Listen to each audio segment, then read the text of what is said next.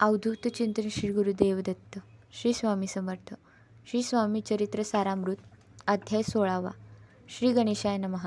भक्तजन तारणार्थ यतिरूपे श्री दत्त भुवरी प्रगट होत अक्कलकोटी वास केला. जे जे झाले त्यांचे भक्त त्यात श्रेष्ठ स्वामीसुद्धा. ऐकता त्यांचे चरित्र महादोष जातील. प्रसिद्ध मुंबई शहरात हरिभाऊ नामे विख्यात.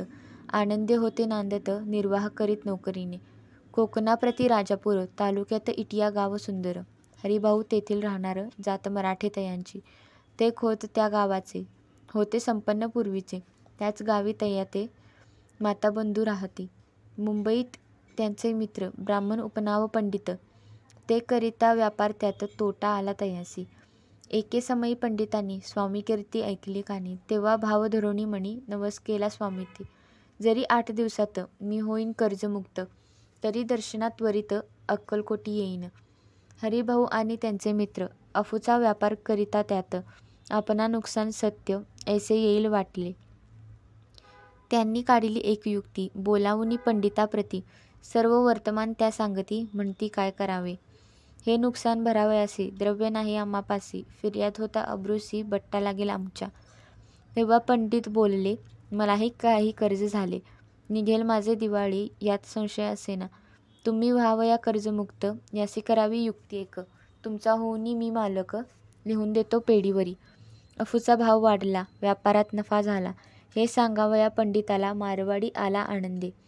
अक्कलकोटी स्वामी समर्थ सांप्रतकाळी वास करीत. त्यांचीच कृपा ही सत्य कर्जमुक्त झालो आम्ही. गजानन हरिभाऊ पंडित त्रिवर्ग अक्कलकोटी जात. समर्थांचे दर्शन घेत पूजन करीत भक्तीने.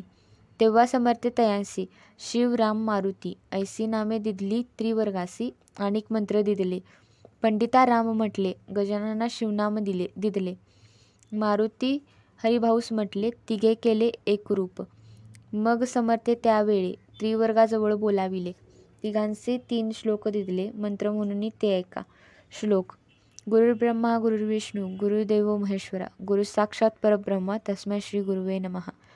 ऐसा मंत्र हरिभाऊ ते दिदला असे समर्थे. तेव्हा तयाच्या आनंदाते पारावर नसेची. दुसरा मंत्र गजाननाला तयावेळी श्रींनी दिदला. तेव्हा तयाच्या मनाला आनंद झाला बहुसाळ. श्लोक. आकाशात पतितं तोयम यथा गच्छति सागरम सर्व देव नमस्कारः केशवम प्रतिगच्छति. संतोषले त्याचे मन. मग पंडिताजवळ घेऊन एकमंत्र उपदेशून केले पावन त्याते. श्लोक. इदमेव शिवम इदमेव शिवम इदमेव शिवम इदमेव शिवः. 300 रुपये तयांनी आणले होते मुंबईहुनी. त्याचे काय करावे म्हणून विचारले समर्थाते. ऐसा प्रश्न ऐकूनी समर्थ बोलले त्या लागूनी. त्यांच्या पादुका बनवून येथे आणाव्या सत्वर.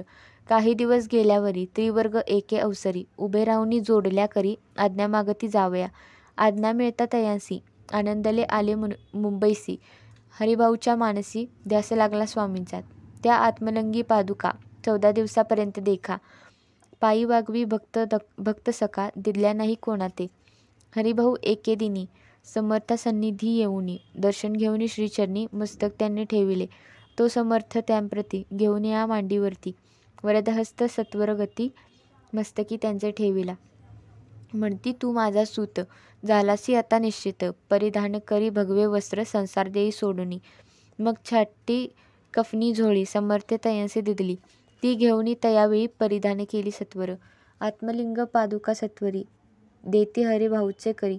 नंती जाऊनी सागरतीरी किल्ला बांधून राहावे. जाऊनी आता सत्वर लुटवी आपुला संसार. लोभमोह अणुमात्र चित्ती तुवा न धरावा.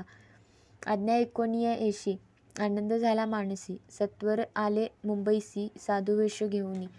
असो हरिभाऊने काय केले. ब्राह्मणासी बोलाविले. संकल्प करून ठेविले तुळशीपत्र घरावरी. हरिभाऊ घर लुटविता. तारानामे त्यांची कांता. ती करी बहुत अकांता घेत उरू बडवूनी. विनविते जोडूनी कर. अद्यापि स्वस्थ करा अंतर. आपला हा विचार सोडून द्यावा प्राणप्रिया. ऐशी ती येची उत्तरे ऐकोनिया स्वामी कुमरे. समाधान बहुत प्रकारे करीतसे तियेचे. स्त्रियेच्या अंगावरी अलंकार तेही लुटविले समग्र. तिये दिदले शुभ्र वस्त्र परिधान करावया. आत्मलिंगी समर्थे स्वामी सुताते दिले होते. त्या पादुका स्वहस्ते मठामाजी स्थापिल्या. कामाठीपुरात त्या समयी मठ स्थापिल्या असे पायी हरिभाऊ होनी गोसावी मठामाजी राहिले. इति श्री स्वामीचरित्र सारामृत नाना प्रकृत कथासमंत सदा भाविक भक्त परिसोत षोडशाध्याय गोडहा. श्रीरस्तु शुभम भवतु.